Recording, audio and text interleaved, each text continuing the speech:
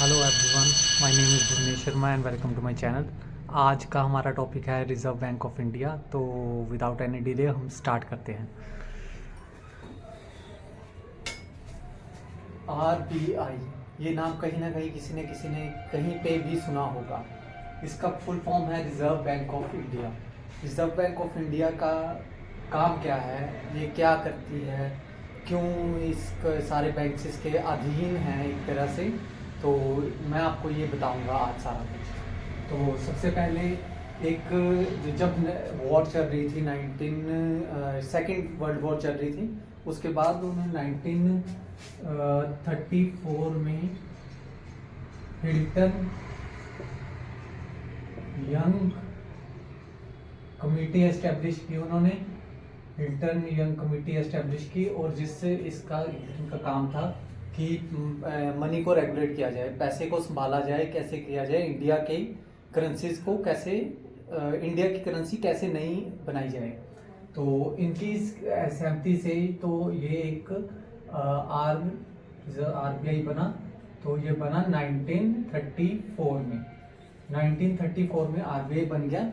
ये प्रीवियसली, ये इनिशियली जो था, ये प्राइवेट लोगों के पास ही था। तो ये प्राइवेट लोग ये सारा कुछ हैंडल करते थे। यही जो पैसा बाहर से आता है या बाहर को जाता है, सब कुछ यही करते थे। लेकिन 1949 में जो आरबीआई एक्ट 1934 के अकॉर्डिंग अमेंड हुआ 1949 में, 1949 में जो ये नेशनलाइज्ड बन गया। नेशनलाइज्ड बैंक बनने का मतलब क्या होता है कि सिंपल सा मीनिंग है कि बैंक सरकारी हो गया। सरकारी मीन्स ओन्ड बाय गवर्नमेंट। अब ये रिजर्व बैंक का प्रियम्बल क्या था? पहले प्रियम्बल तो मैंने बता दिया कि ये इसलिए था ताकि मनी को कंट्रोल किया जा सके। तो इसके मैं फंक्शंस और भी बताऊंगा, पहले हम ये स्टार्ट कर देते हैं इसके ऊपर। ये under the ownership of finance ministry, India, government of India.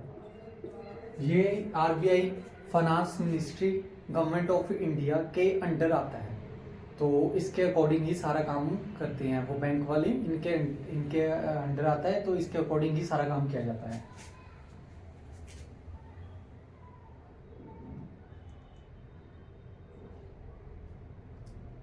Next is sorry, my pen was not working. So let's start. Board of directors कौन है इनके, चेयरमैन कौन है, इसका काम क्या करते हैं ये, 2016 में क्या हुआ, मैं ये सारा कुछ बताता हूँ आपको। पहले तो बोर्ड ऑफ डायरेक्टर्स सारे ही सरकारी हैं, सारे ही गवर्नमेंट ऑफिशियल हैं, और इनका जो मेन चेयरपर्सन है या सीईओ हैं, वो इनको देखते हैं। और जो इनके बोर्ड ऑफ डायरेक्टर्स के जो मेन गवर्नर हैं, जो आरबीआई का गवर्नर है,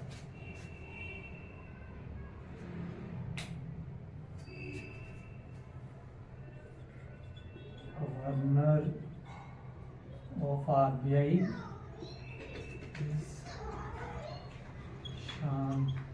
शक्तिकांत दास। आरबीआई के जो गवर्नर हैं वो हैं शक्तिकांत दास। ये आरबीआई के गवर्नर हैं।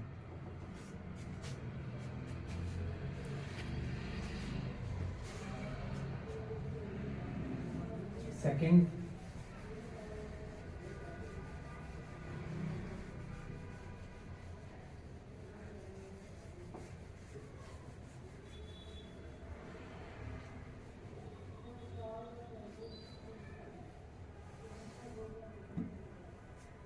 अब 2016 में ये आरबीआई एक्ट जो था, आरबीआई एक्ट 1934 एक्ट, ये थोड़ा सा चेंज हुआ। इसमें रेगुलेशंस थोड़े से चेंज हुए। इंडिया क्योंकि नोट्स इतने ज़्यादा करप्ट हो चुके थे कि उनको दोबारा से रीयूजेबल नहीं थे वो, और इतनी ख़राब कंडीशंस में थे, तो इसलिए डिमोनेटाइजेशन करना पड़ा। तो 2016 में डिमोनेटाइजेशन हुआ। डिमोनेटाइजेशन में क्या हुआ, सबसे पहले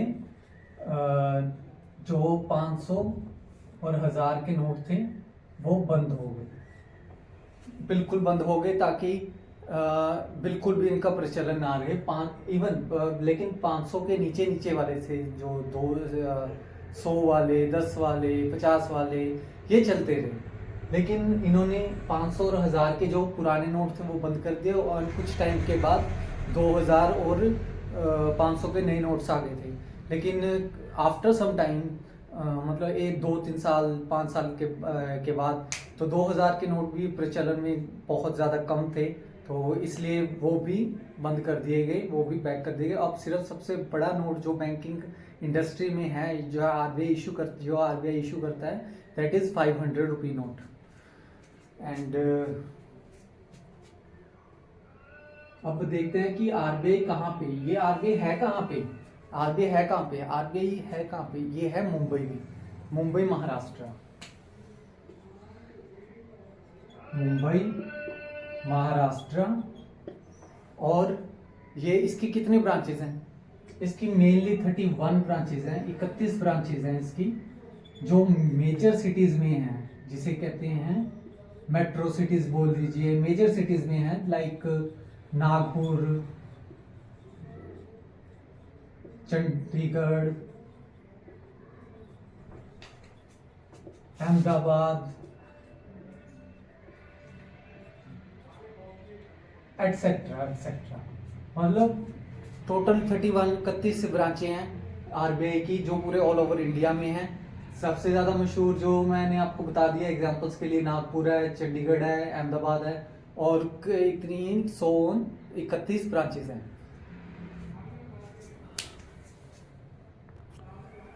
अब हम देखेंगे इसके फंक्शंस क्या हैं, कि आरबीआई करता क्या है। आरबीआई के functions, let me read it, उसके बाद मैं आपको फंक्शंस बताता हूँ। अगर इसमें से मैं इसलिए टाइम दे रहा हूँ आपको बोर्ड दिखाने के लिए, कि बोर्ड में से आप अगर कुछ इन्फॉर्मेशन देखना चाहते हैं तो इन्फॉर्मेशन आप नोट डाउन कर सकते हैं, या याद कर सकते हैं, या वीडियो को दोबारा से देख लीजिए।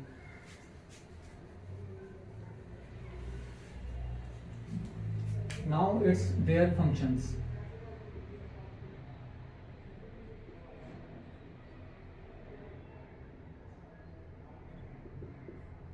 पहले तो ये मनी को रेगुलेट करता है।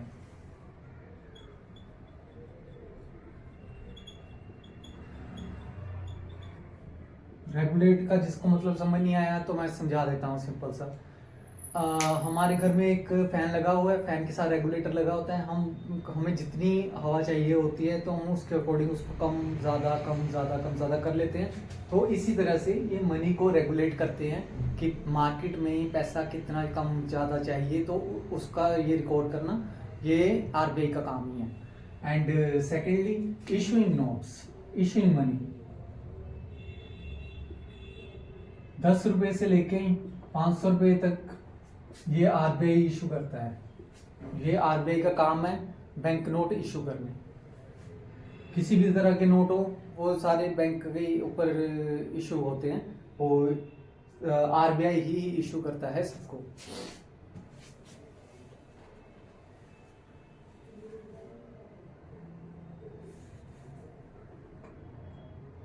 देन इसके बाद है मैनेजिंग फॉरेन एक्सचेंज, फॉरेक्स जिसे कहते हैं हम। जब भी कोई ट्रांजैक्शन होती है, कोई बाहर आता है कि पैसा आता है बाहर से हमें, या हम कभी बाहर जाते हैं तो यहाँ लेके आते हैं पैसे, या बाहर के लोग यहाँ पे एफडीआई करते हैं, पैसे डिपॉजिट करते हैं, जमा करते हैं पैसे, तो ये उसको मैनेज करता है फॉरेक्स को। और साथ ही साथ ही जो आरबीआई है, is the only custodian of forex. ये जो आरबीआई है वो आरबीआई एक तरह से सारा पैसा जो फॉरेन एक्सचेंज का है या जो भी foreign exchange means dollar yen या अलग करेंसी इंडिया को छोड़ के जितनी भी करेंसीज है वो फॉरेन करेंसीज होगी, फॉरेन एक्सचेंज होगी। तो फॉरेन एक्सचेंज ये मैनेज करता है कि कितना कितना पैसा अगर कस्टोडियन ये अकेला ही है कि ये अपने पास संभाल के रखता है फॉरेन करेंसी को। अगर आपको कुछ चाहिए डिक्लेयर करना है आपको पैसा सारा कुछ, तो वो आरबीआई के अंडर ही जाके करना पड़ेगा।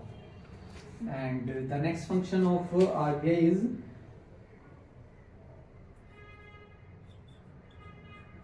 इसको मदर ऑफ बैंक्स भी कहते हैं और बैंकर्स बैंक भी कहते हैं।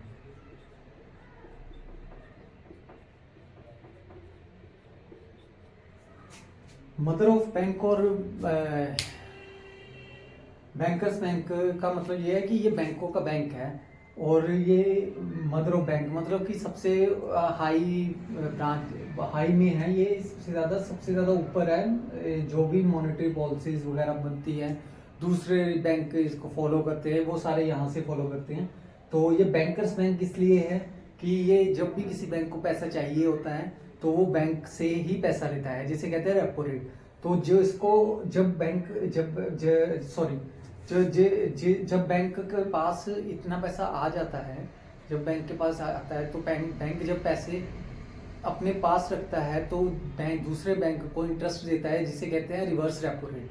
तो ये जिसे बोलते हैं। और तीसरी चीज़ है कि कैश रिजर्व रेशो, कि अभी आरबीआई के पास कितना रिजर्व पड़ा है cash, that is cash reserve ratio. तो ये सारी चीज़ें हैं जो इसके फंक्शंस हैं, मोस्टली ये फंक्शंस हैं इसके जो 2016 से भी मैंने बता दिया, उससे पहले जो था एस्टेब्लिशमेंट हो गई इसकी। एंड नाउ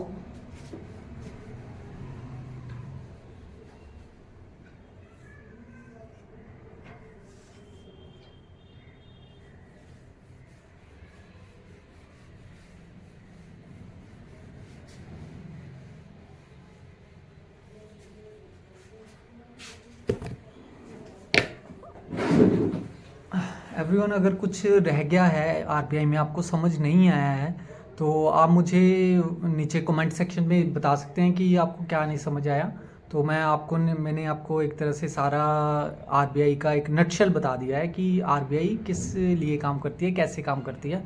तो उसके लिए मैंने ये आज की वीडियो बनाई थी। तो आई होप कि कई लोगों को जिनको आरबीआई के बारे में नहीं पता, रिज़र्व बैंक ऑफ इंडिया और बैंक्स के बारे में नहीं पता, तो उनको काफ़ी हेल्प मिलेगी। और जो लोग बैंक कभी गए ही नहीं हैं तो एटलीस्ट उनको आइडिया हो जाएगा कि एक रिज़र्व बैंक है जो मदर ऑफ बैंक्स है। तो वो आके सबको आगे कैश रिज़र्व रेशो में या रेपो रेट में या रिज़र्व रेपो रेट में पैसे देता है और उनसे ही पैसे लेता है।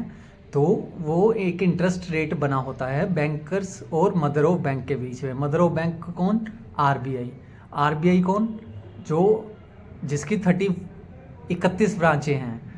31 ब्रांचें हैं, क्या करती हैं वो? मेजर सिटीज़ में ही हैं। वो क्या करती हैं? वो नोट्स कलेक्ट करती हैं, पुराने नोट कलेक्ट करती हैं, नए नोट इशू करती हैं। ये सारी चीज़ें जो बाकी फंक्शंस मैंने बताए थे, इसकी हिस्ट्री बताई थी कि ये किसकी रिकमेंडेशन से एस्टेब्लिश किया गया, फिर ये नेशनलाइज्ड 1949 में हो गया। तो ये सारी चीज़ें आरबीआई के लिए जो बेसिक नॉलेज थी जो वो मैं दे रहा था। तो गाइज़, अगर आपको किसी और भी टॉपिक के ऊपर चाहिए तो मुझे कमेंट में बता दीजिएगा, मैं आपको टॉपिक इशू करवा दूंगा। And thank you so much for watching my channel and please subscribe. Thank you so much.